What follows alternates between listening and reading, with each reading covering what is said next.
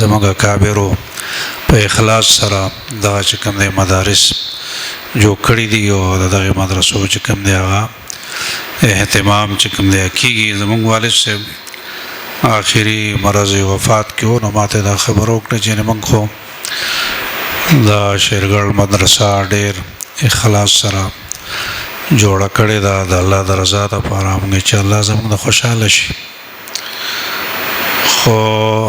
الله ورته ډېر وجود ورکړ، ډېره ترقي ورکړه او ډېر بزرګونو علما کرام دا یې نه چې کوم دی استفاده وکړه او بزرګونو مدارس دا یې نه جوړېږي. لکه دا مولانا شاهزیب صاحب د علوم شیرګل عالم فاضل دی او ډېر لوی کار روان دی. دا د علوم شیرګل او د حضرت باباجي رحمه الله فیض دی فیضي دی چې جاری دی په هر طرف باندې سړی لاړ شي. نو د چې کوم مرض وفات کې نو بیا ماته خبر وکړه چې موږ خو د مدرسه ډېر اخلاص سره شروع کړې ده، خو الله دې له ډېر وجود ورکړو، ډېره خوره شو، د دې ډېرې فایدې دنیا ته ورسېدې. هسې نه چې دا استدراج نه دا چېرته استدراج نه او زمونږ پکړ به دی او مؤاخذه به دی باندې چېرته ونه شي. کله یو څیز له وجود میلاو شي نو بیا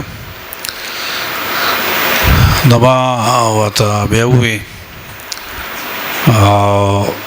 د مولانا ذکریا د مولانا الیاس رحمت الله علیه او د مفتی شفیع رحمه الله یو خبره مې ورته ذکر کړه او کتابونه کې لیکلي. مولانا مفتی رفیع عثماني صاحب نور الله مرقده د درس بخاري کې د هغې واقعې ذکر کړی دی.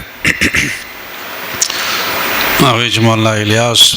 رحمه الله چې کوم د تبلیغ جماعت بانی و او دا تبلیغی دعوت تبلیغی جو کړی دی، آخري عمر د هغه ډېر کمزوري و. نو هغې بیماری کې وایي مفتی شفیع رحمه الله وایي موږ داسې کم عمر کې وو واړه پوهېدو نه، خو مفتی شفیع رحمه الله وفرمایل چې موږ د مولانا الیاس رحمه الله تپوس لزو بیمار پړسۍ لزو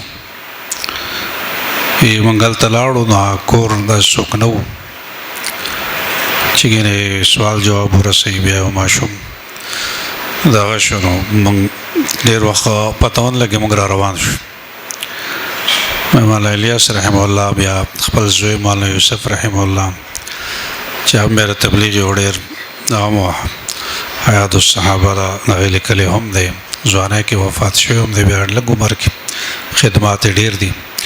هغې راپسې چې کوم دی راولېږه چې تاسو مفتی شفیع رحمه الله راغلی دی چې هغه راشي. موږ واپس رالو، چې واپس رالو کور ته ورغلو نو مولانا الیاس رحمه الله داسې کټ کې د بونډ په کټ کې پروت، بستره پې نه وه، پټکې والې او پټکې سره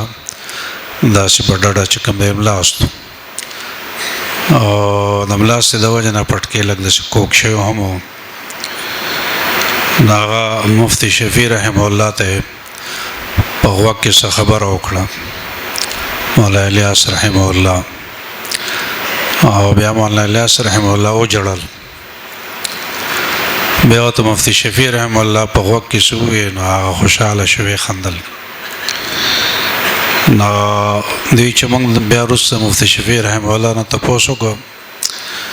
چې تا د غوږ کې د څه وویل چې هغه بیا وجړل او تا ورته بیا خبره وکړه بیا خوشحاله شو.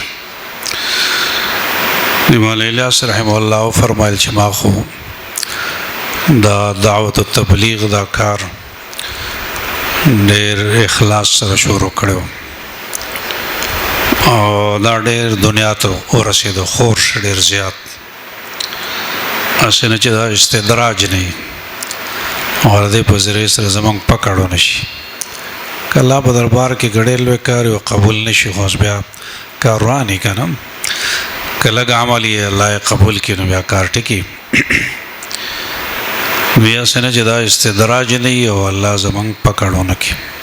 مؤاخذه ونه کړي.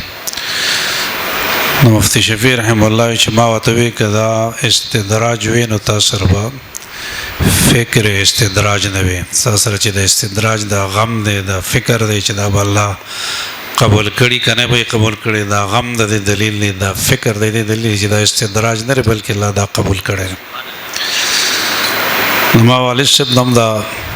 مولا الیاس رحم الله مفتی شفیع رحم الله خبر وکړه چې ما هو مدرسه اخلاص سره شروع کړی دا الله ته ډېر لوی فائدې خلکو د خورې کې استدراج نه مؤاخذه ونشي پکړو نشي نو کدا استدراج وینو دا فکر او دا غم بتاو سره نه وي اکابر خبر خو اکابر باندې بیا ډېر خوګه لګیو مزیدار نه ډېر خوشاله شو اخیرو مونږ الحمدلله دا علماء کرام د بیسر سامانه په حالت کې په غریبه کې دا یو نه چندې او بل نه چندې یو ځای چاته دا کوډ ګران کار دی کنه آسان کار خو نه دی ګران کار دی دا کوي سره دې نه چې دې کې ډېر استعداد دی علماء کې موجود دی کدی دنیاوی کارونه د عہده کول یا تجارتونه کول نو پای کې به لکونو کروڑوں روپے پیدا کړي دي تم الله استعداد ور کړي دي قابلیت الله ور کړي دي هر کار کولی شي خو لیکن دې ټولو دنیا ته شا کړي دا او صرف دې لپاره چې زمونږ بچي دیندار شي زمونږ بچي قرآن خوان شي نارینم قرآن خوان شي او زنانم قرآن خوان شي او دیندار شي او ماحول جوړ شي او دینی ماحول جوړ شي او دنیا هم خسته شي آخرت هم فلنحيينه حیات طیبه دنیا هم خسته او آخرت کې مو آخرت هم خسته دی علماء هم بس دغه فکر دی دغه فکر د وجه نه دی دا سخت برداشت کوي را تکلیفونه برداشت کوي دا مدرسې دا مشکلات دا چې کوم د ګرانوالي دا منډې تړلې دا فکرونه دا تشویشونه وغیره دا ډېر ګران کاري ټول برداشت کوي نو دا اخلاص سره ان شاء الله الله غیله وجود ورکړي تاسو کتل مکه دا مدرسه څنګه و دې کې اسې میدان کې بچ کوم دی پروګرام کېده اوس الحمدلله مزیدار دا آبادی دا غالبا جمعات شکل له برچ کوم دی مدرسه ده په د بناتو جوړ شو الله دې مزید ترقی دې نصیب کړي د شرطو بناتو مدرسې د زونر باندې ماشاءالله دا د پردې تنظیم ډېر خسته وي زنانه خپل هم چې کوم دی دا احتیاط کوي ان شاء الله برکات به هم زیات یو فایده به چې کوم دی ډېر خوريږي او نارینه زنانه چې ټول دیندار شي معاشره به دیندار شي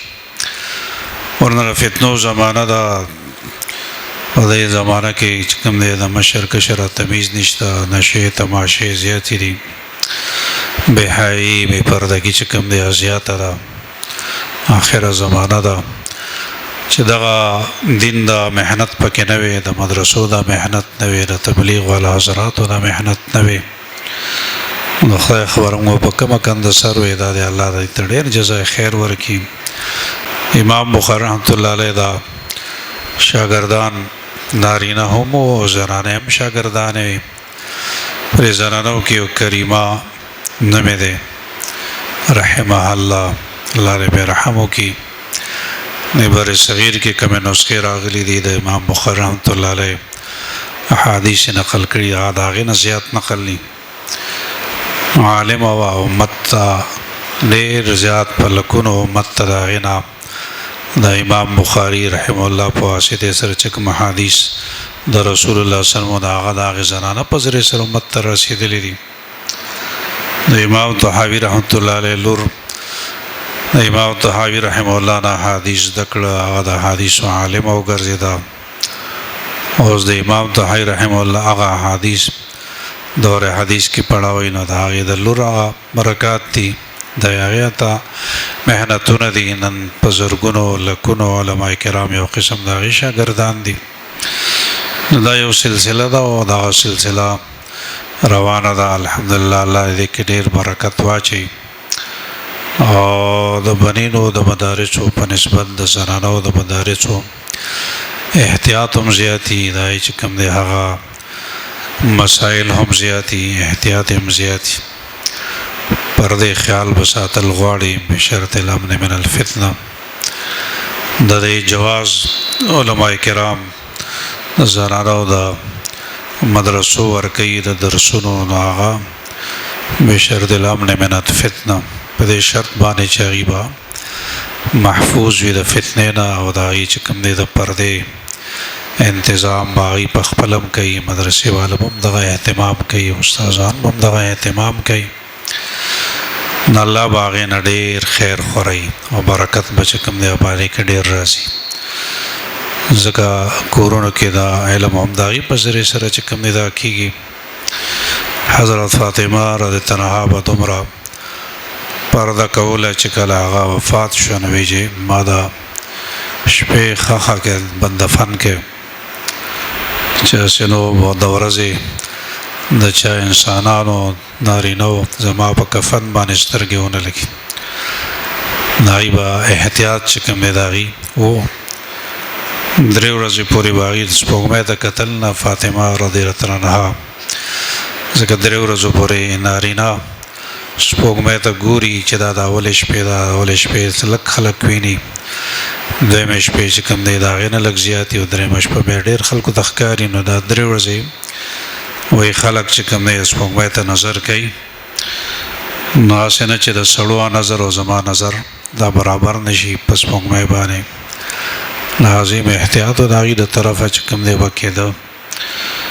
نو بهرحال